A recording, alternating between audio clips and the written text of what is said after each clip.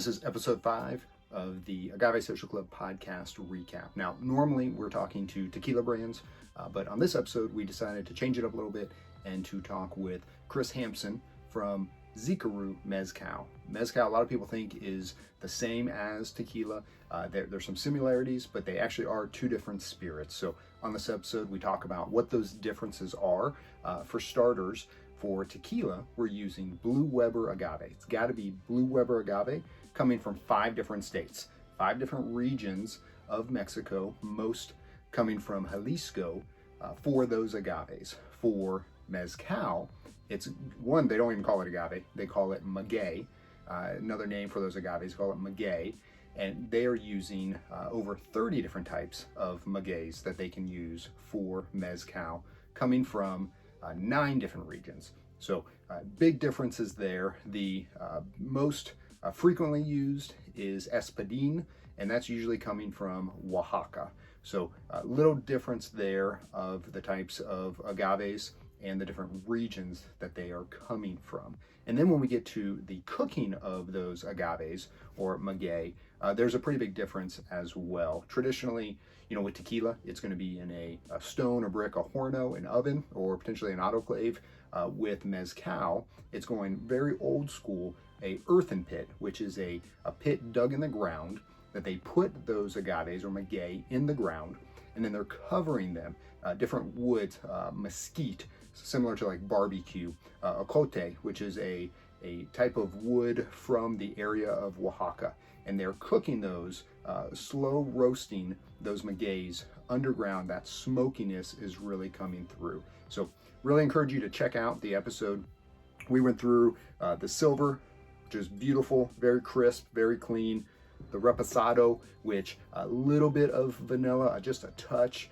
To me, some floral notes are coming through, but real delicious to sip on, drop an ice cube in it, or to put it in a cocktail. And then their añejo, which is aged for a year. A little higher proof for that maguey to really shine through, the alcohol there to shine through with it, and that smokiness, but a beautiful lineup. They also have a high proof, which is a even stronger, and then they have a pechuga, which has something to do with the chicken. I think we're gonna have them back on to go over the pechuga with the chicken. So Zikaru, go to their website, zikarumezcal.com, and you want to pick some of this up. Really good stuff. You see here they've got the jaguar there, each bottle having fun with the jaguar.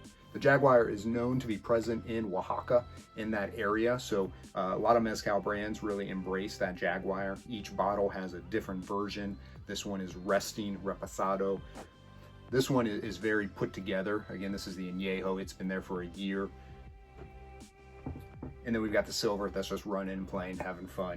There's a really impressive way that the mezcaleros, the guys there that are making this, that they can tell the proof as it's coming from the distillation.